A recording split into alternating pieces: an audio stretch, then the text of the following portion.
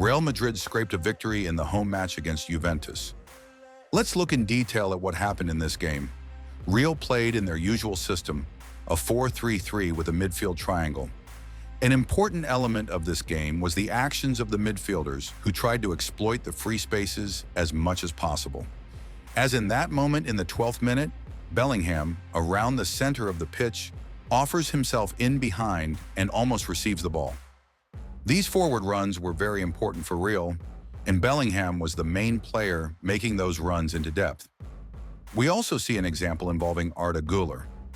Real Madrid's two inside forwards moved quite actively and fluidly, creating passing lines and opening up vertically with their movement.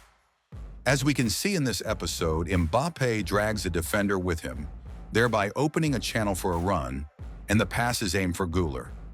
Juventus's defensive line was made up of 5 players, 5 defenders, who played proactively and could step out to follow opponents and push higher up the pitch. As a result, gaps appeared in the defensive line that needed to be attacked and exploited. Again, Bellingham noticed these spaces brilliantly and made the runs. He was probably one of the most active off-the-ball players in this match, which is worth noting. For most of the game, Juventus defended deep in a compact 5-3-2 low block. You can see how compact that structure was. Compact between the lines, yet wide enough to cover the flanks and avoid isolation. With that setup, finding passes between the lines for Real was a rather difficult task. Juventus primarily came with the objective of not conceding in this match. Real in positional attack and wasn't very intense, and very often it came down to switching the ball from one flank to the other in attempts to find some space between the lines. When you switch the ball across, the team has to reorganize.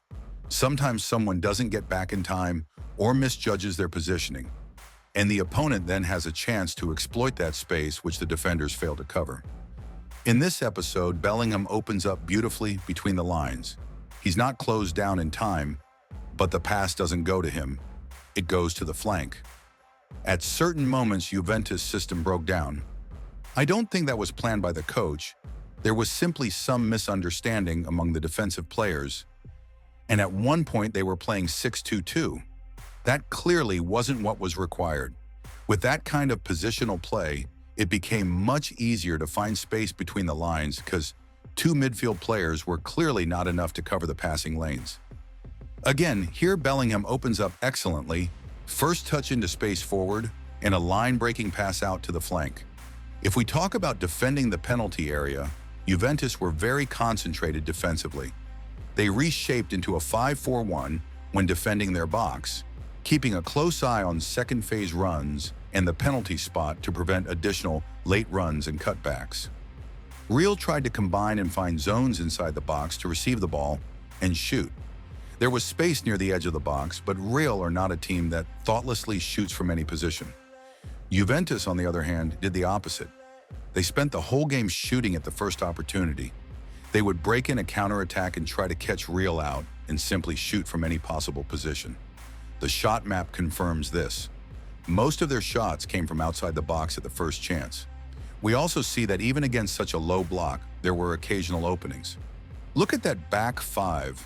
You can see there is space at the near post. This isn't a mistake, but a tactical Juventus setup. One player plays on the flank, one player covers that flank in the half space, 2 players occupy the penalty area, and the fullback on the opposite side provides width, so that line of 5 was relatively wide. Usually teams that play with 5 defenders have 3 players responsible centrally in the penalty area, but here there were only 2, which could create opportunities for Real for near-post runs. However, Real generally don't produce such episodes because they are not a team that loves crossing from the flank, and they don't have a forward who suits that style of play. Juventus, conversely, simply tried to break forward on the counter. Here we see an example. 2 or 3 passes and Juventus break in a counterattack. An important aspect is how high up Real's players pushed. Sometimes in defense there remained essentially only one player, as we can see in this episode. Only Militão was left to provide balance. In other words, the team tactically wasn't prepared for a turnover the way Real were. They try to engage in aggressive counter-pressing, and if that fails, look how much space there is to launch an organized counterattack. In this match, Real Madrid didn't come up with anything particularly interesting. Their goal came purely from individual brilliance. Juventus defended in a 5-4-1 low block. Vinicius received the ball on the wing, cut inside, and entered the penalty area. In front of him were three defenders. The first mistake came right when Vinicius got the ball. Juventus's fullback didn't have support behind him and couldn't engage aggressively. There was no cover at that moment, so he couldn't step out and challenge Vinicius properly. The covering player was jogging back slowly, which meant lateral had to contain instead of pressing aggressively. Against a winger of Vinicius's level, containment is the correct choice.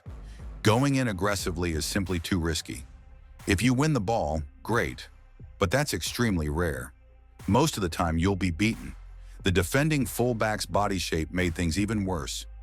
He was facing away from Vinicius, effectively showing him the way inside, opening the central lane completely. It's a horrible example of body orientation in 1-versus-1 defending. He literally invites Vinicius to enter the box. Now, three players were in front of him, yet Vinicius still had a ton of space. Even in a 3-versus-1, you can't be overly aggressive inside the box.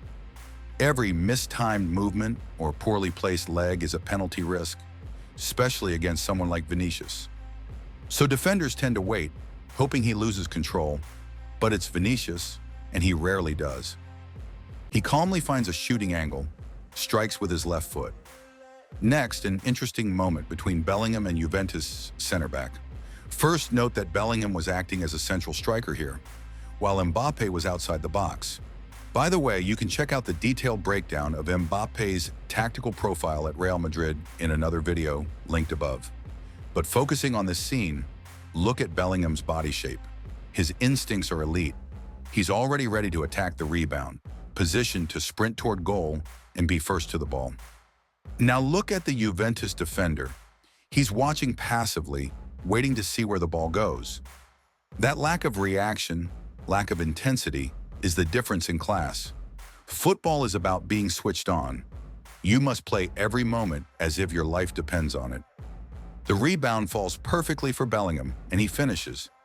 Even if the Juventus defender couldn't have stopped it, at least he should have shown urgency, taken a few steps toward the ball, tried to contest it. You can't just stand there and watch. You have to make sure you've done everything to prevent the goal. Clearly, that wasn't the case here. Now about Real's pressing. They pressed aggressively and pushed their fullbacks very high. Because of that, there was a lot of space left behind. Just look at how high the right back is positioned and how wide the two center backs are. Those are massive channels to exploit in transition. As I mentioned earlier, you can easily counterattack into those spaces, especially behind Militao, who isn't a particularly fast defender. Still in midfield, Real's players marked tightly and denied Juventus central progression. Here's another example. Valverde, the right back, pushes very high, the center back shifts wide to cover, and a huge gap opens between the two central defenders. Exactly the kind of depth Juventus could attack. In this sequence, Real's holding midfielder already has his man marked, but now he's forced to monitor two different threats. Quick switching between references, which is what good attacking structure forces defenders to do. You can see the holding midfielder starting to track the deep run, preparing to drop, and he does control that moment. But a second later, he realizes the through ball isn't coming, a new pocket opens between the lines, and Juventus exploit it, combining and switching play to the opposite flank. When you defend man-to-man like this, without proper cover, as we see in this episode, you can't commit aggressively. Any mistimed move, and the opponent turns you and drives 1-versus-1 at the goal.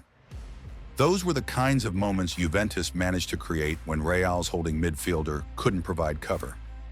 They could receive between the lines, combine, and create half chances. Like that promising moment in the 12th minute. Real truly dominated the entire match. They had more shots and created more chances, but tactically, they still didn't look perfect. The next game we'll be breaking down on this channel will be El Clasico, Real Madrid versus Barcelona, coming up this weekend. And honestly, I have a feeling that Barcelona might be capable of beating this version of Real. Share your thoughts about this match in the comments. Does Real have a real chance to beat Barcelona? And don't forget to like the video and subscribe to the channel for more detailed football analysis content.